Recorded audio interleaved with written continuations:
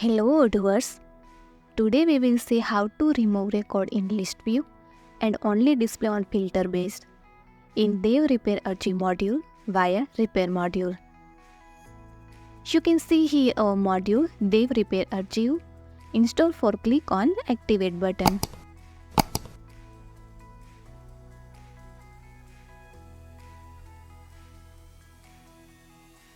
Go to Repairs module and you can see here multiple orders here.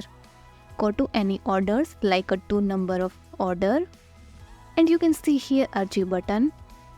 Click on this.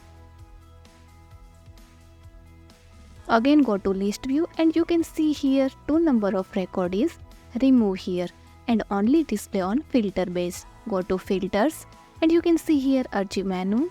Click on this and see here to number of record. Again go to this record and move on unarchive stage. So list view in added here.